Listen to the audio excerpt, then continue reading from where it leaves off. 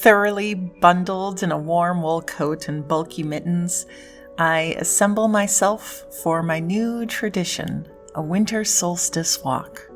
New because I only began last year. Previously, I didn't mark the solstice with any rituals, walks, or poetry.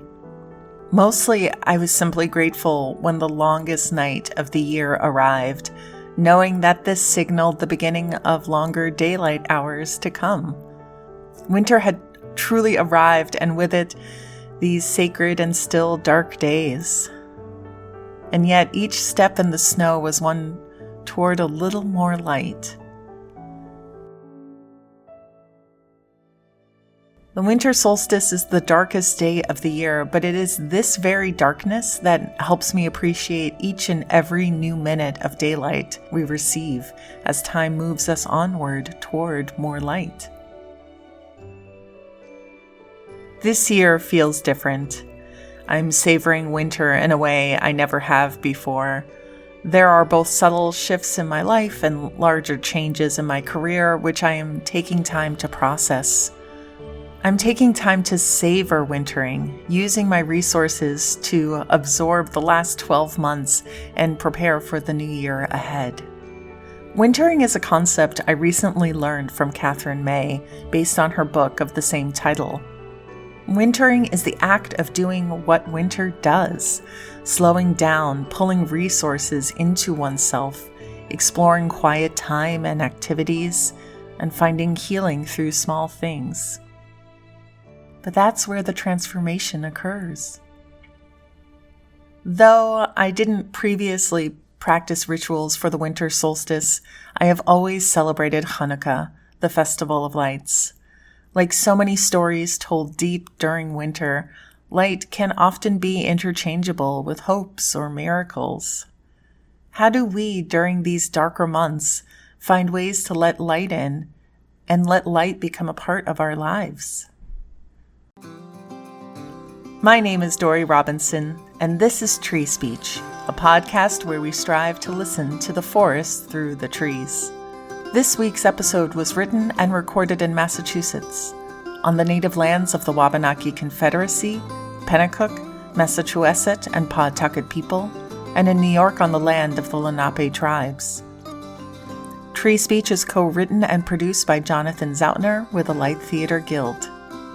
In today's episode, we'll explore the winter solstice through a midwinter walk in the woods, including several folk tales about the season, rituals old and new, and an interview with Jonathan Mearns of London Christmas Tree Rental, who offers an environmentally sustainable option to celebrate the lights of Yule. Learning about the winter solstice from our episode last year was very special to me. I felt fortunate to share tales and traditions from around the world. Now, I carry those stories with me as I walk today, and I will share a few as we listen for new tales the trees want to tell. A bit of history and science before we jump in. The word solstice derives from the Latin word solstitium and translates to sun stands still. In the Northern Hemisphere, the 2022 solstice took place on Wednesday, December 21st, and occurs when either of the Earth's poles reaches its maximum tilt away from the sun. The early Romans, Egyptians, Druids, and others observed that by December, the fields were no longer producing crops. Leaves had fallen off trees, and many plants had died. Daylight hours were waning, and the sun was getting lower and lower in the sky. In a world without internet, almanacs, satellites, or knowledge of astronomy, the increasing darkness and colder weather inspired fear. In order to dispel this fear, cultures from around the world developed rituals to beckon the sun to return to its full glory, rather than continuing on its path, disappearing more and more each day. Each culture marked the ebbing presence of the sun in the sky. Fire festivals and rituals were born out of associating the sun with light and warmth, and simply needing to stave off the cold.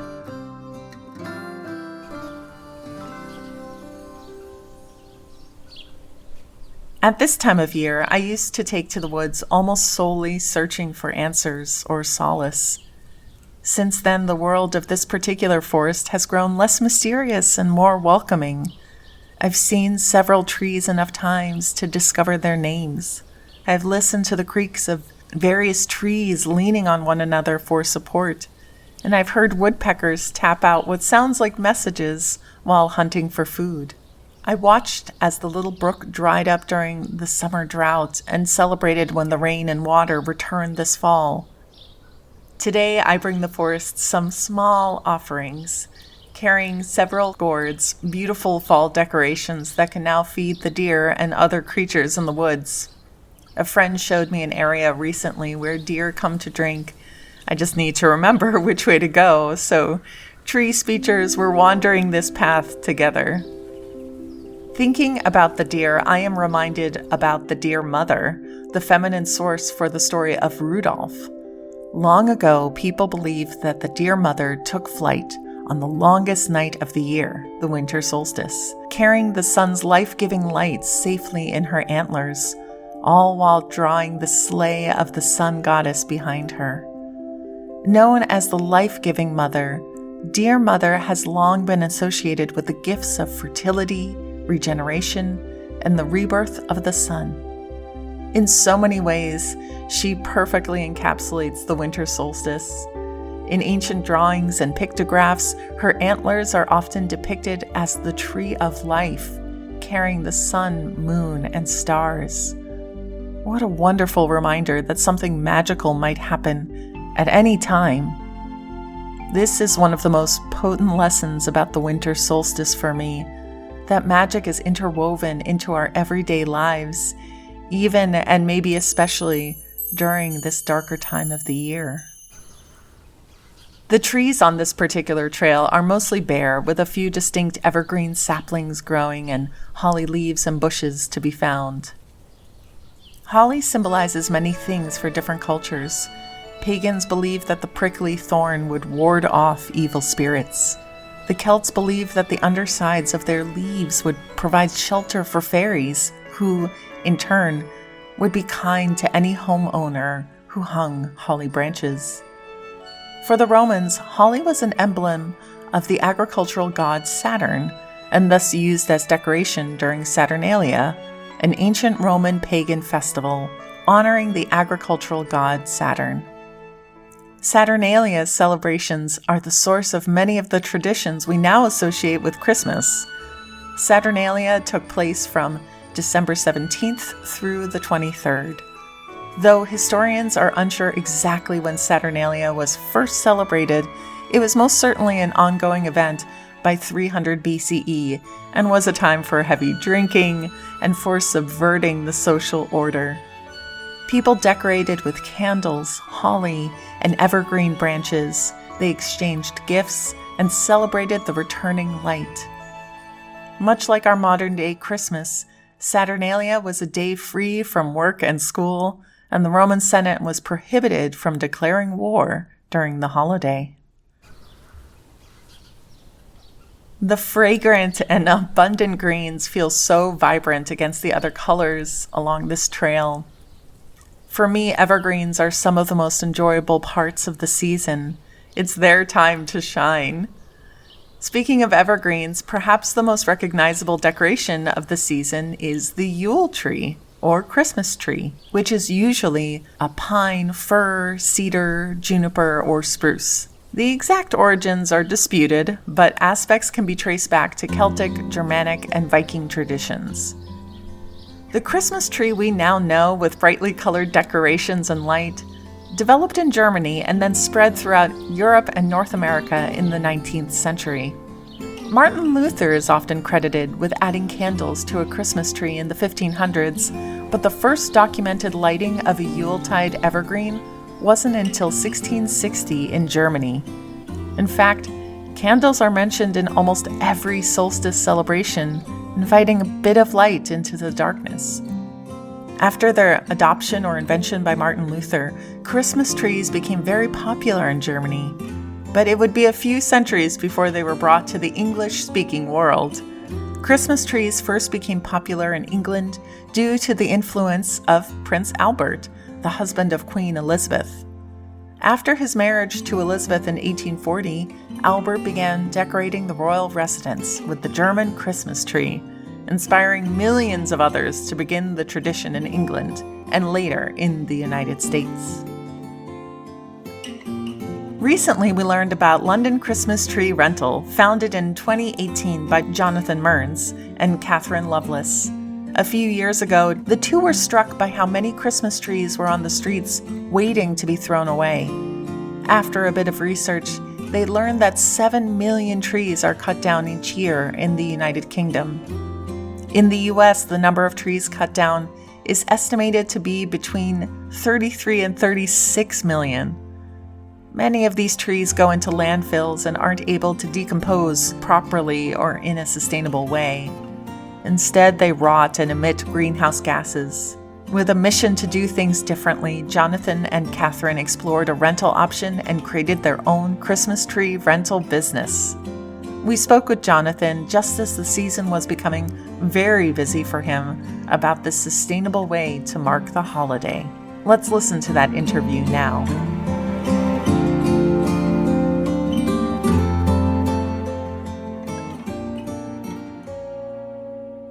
Hi, Jonathan.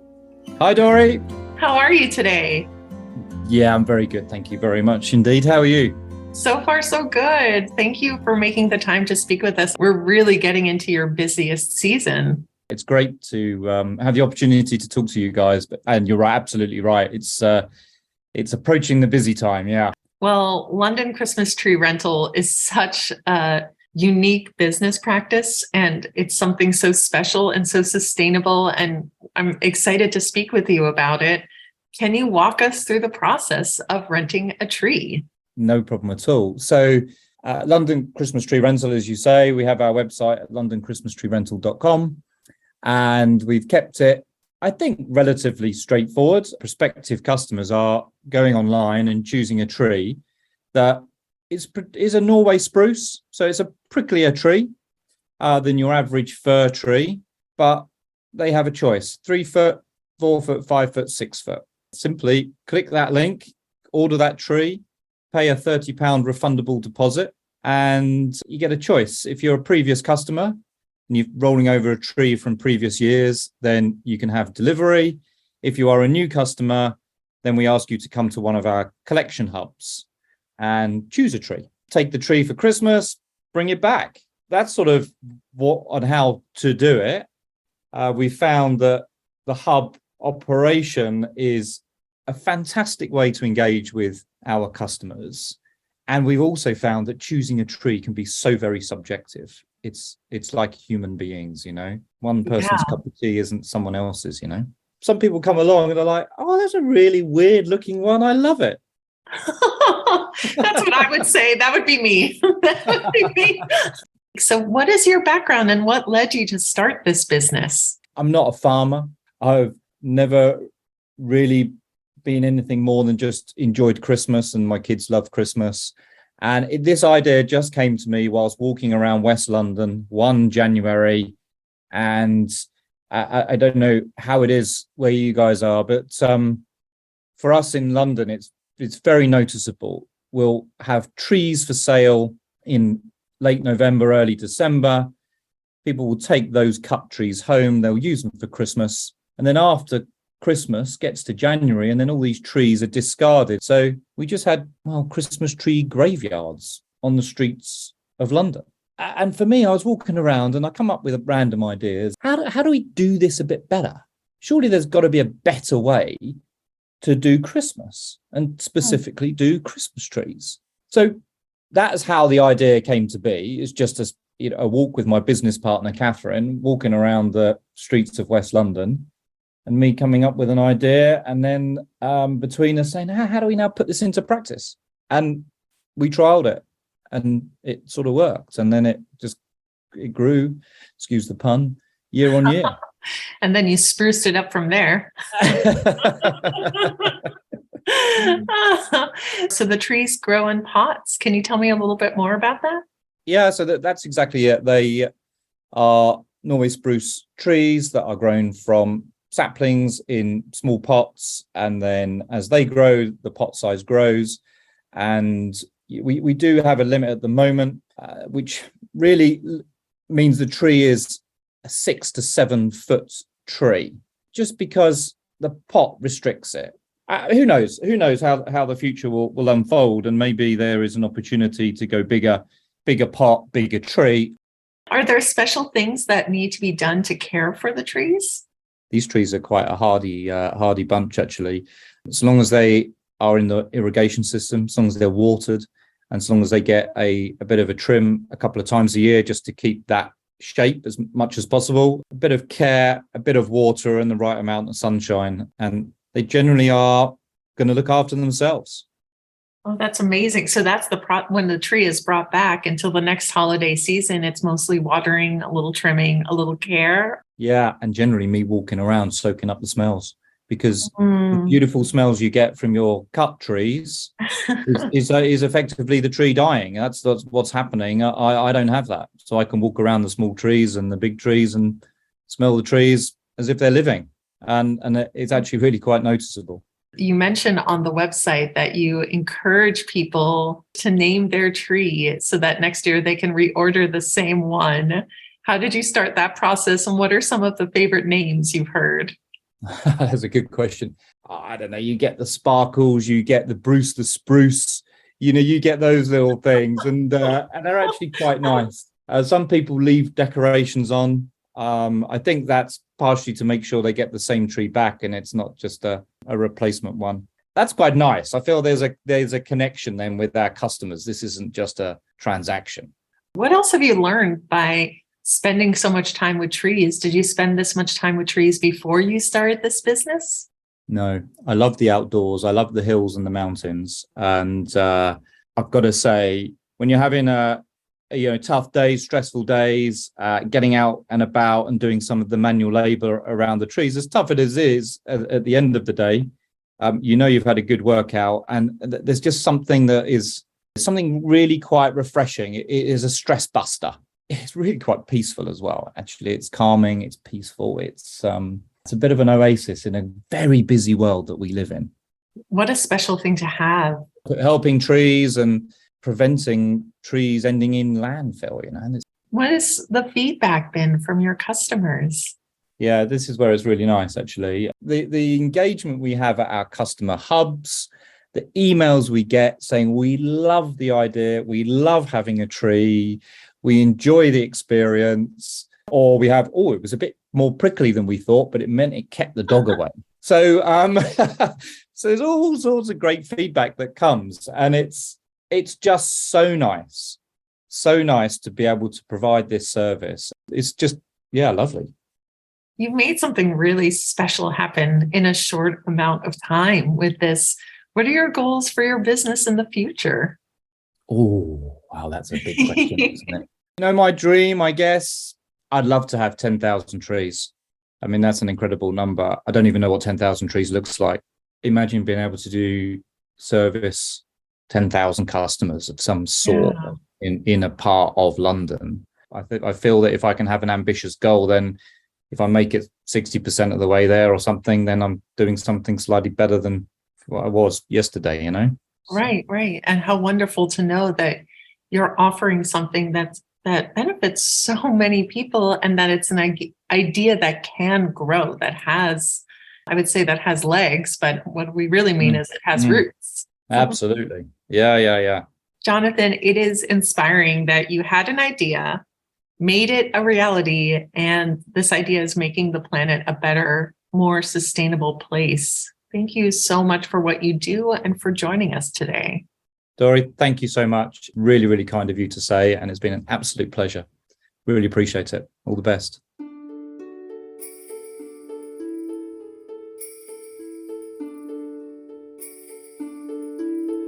Jonathan and his partner Catherine show us the power in revisiting holiday traditions so as to make them more sustainable. Even more, the fact that they sell out every year means that the idea is catching on and will hopefully grow. As we see with many of these winter solstice and holiday traditions, they change with time. London Christmas Tree Rental is an example of how we can hold on to the meaning behind our favorite traditions but keep them in sustainable ways that are good for our earth and each other. Okay, after a few twists and turns, I finally found my path where the deer hang out. It's muddy, but I don't mind. I'm wearing hardy boots, wool socks, and even leg warmers, which is a very underrated article of clothing, in my opinion. Now I'm going to throw these gourds over to the other side of the marshy water so that the deer mothers can eat in peace. Great. Okay. Well, now that the deer can eat, I'll take a moment and drink some tea. Just need to find a slightly less soggy sitting area. It's a good stump. It's really nice to drink something hot and cozy, especially because my nose is cold. There's been some really nice rain lately, so there's a lot of bright moss everywhere I look, and also mushrooms. There's a lot of different fungi in the area, which reminds me of an interesting mushroom, the Amanita muscaria mushroom, that has an unexpected lineage to Christmas. You're probably familiar with these mushrooms from their striking appearance, a bright red hat and white dots. Various scientists and anthropologists have learned that this mushroom was used hundreds of years ago in the winter solstice ceremonies of the indigenous peoples of the North Pole, such as the Koryak of Siberia. The solstice was a ceremonial and festive time for the indigenous communities in the Arctic, during which shamans collected the Amanita muscaria mushrooms and led rituals that utilized their hallucinogenic properties. The mushrooms were extremely toxic, and a process had to take place to render them safe, including placing them on the branches of pines to dehydrate. The second method was to put them in socks and spread them over the fire, an image that closely resembled the Christmas tradition of hanging Christmas stockings over a fireplace.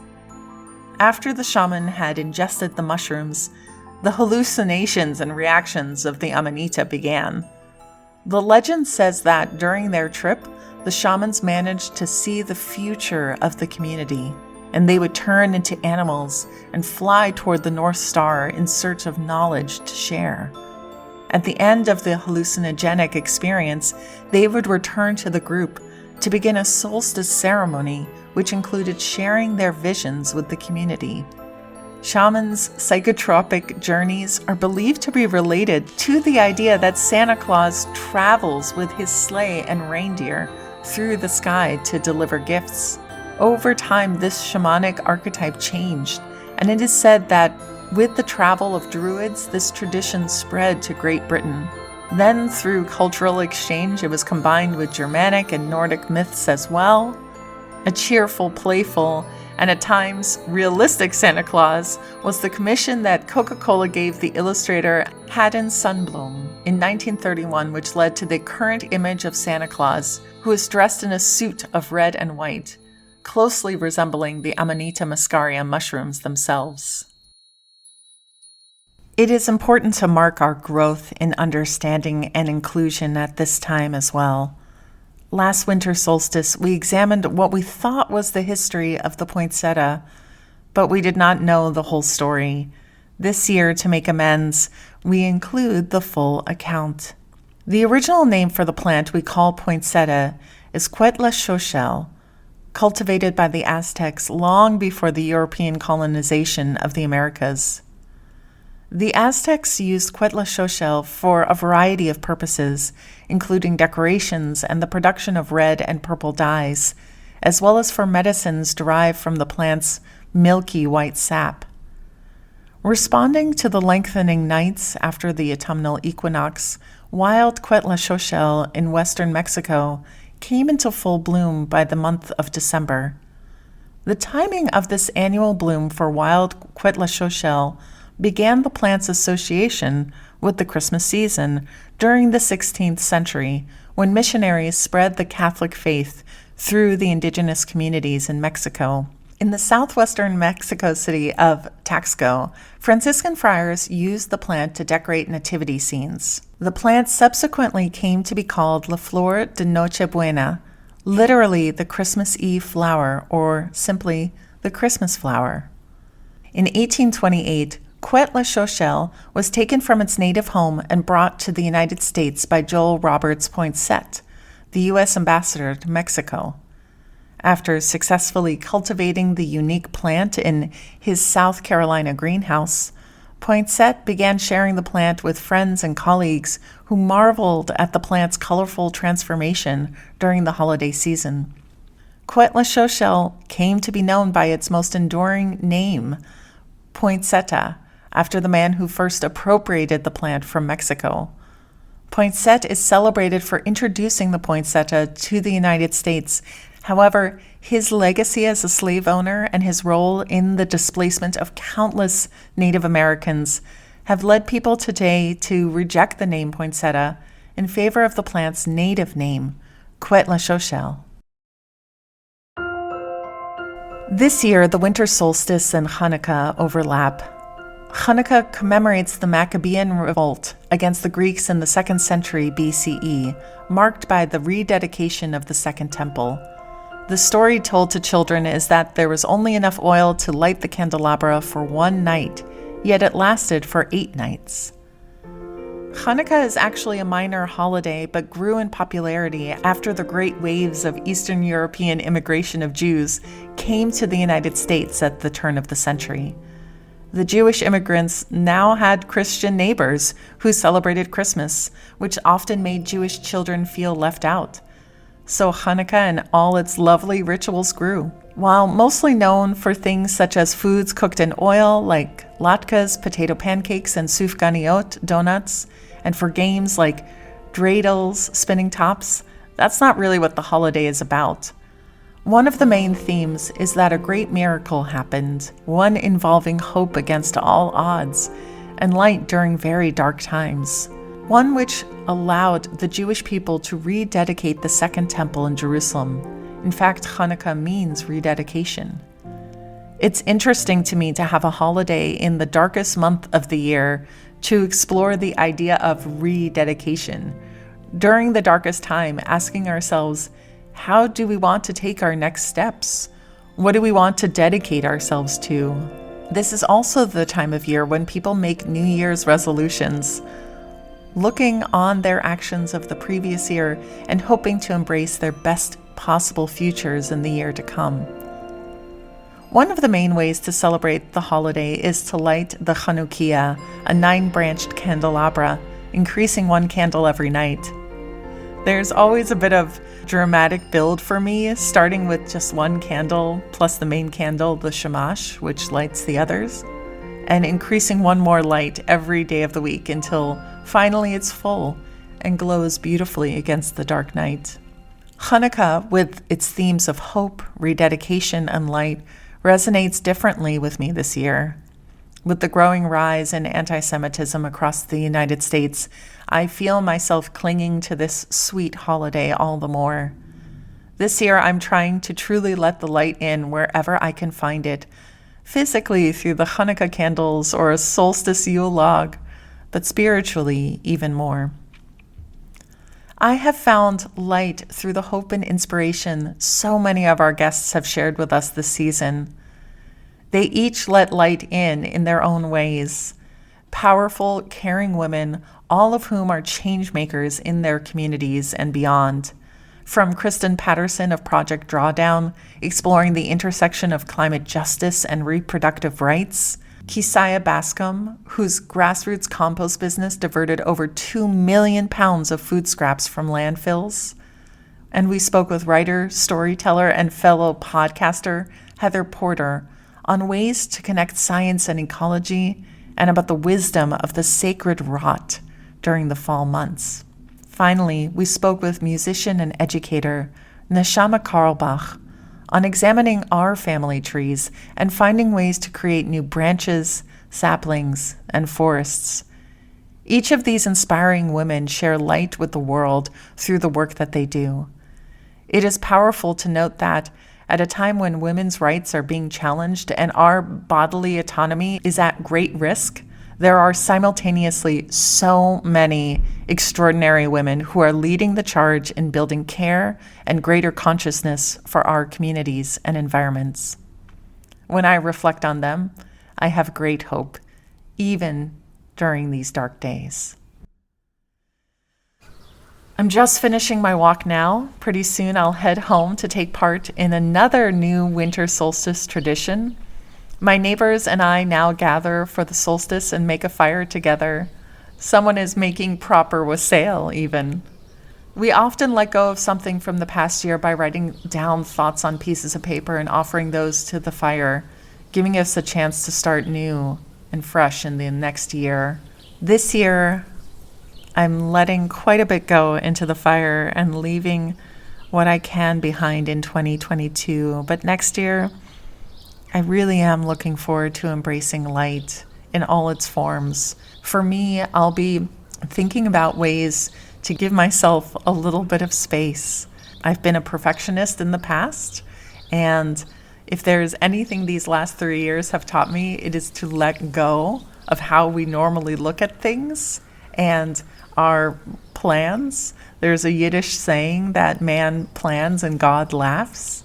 And I would love to open up to the light of flexibility and possibility and grace in this new year. Last year, we ended our winter solstice walk in the woods reading a poem. Let's continue this tradition, shall we?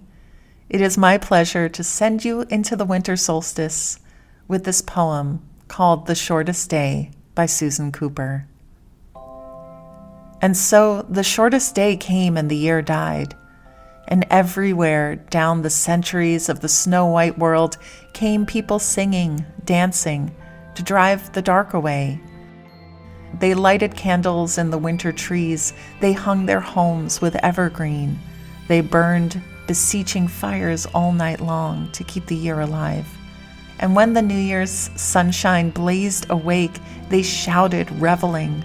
Through all the frosty ages, you can hear them echoing behind us. Listen, all the long echoes sing the same delight, this shortest day. As promise wakens in the sleeping land, they carol, feast, give thanks, and dearly love their friends and hope for peace. And now, so do we. Here now, this year and every year. Welcome, Yule.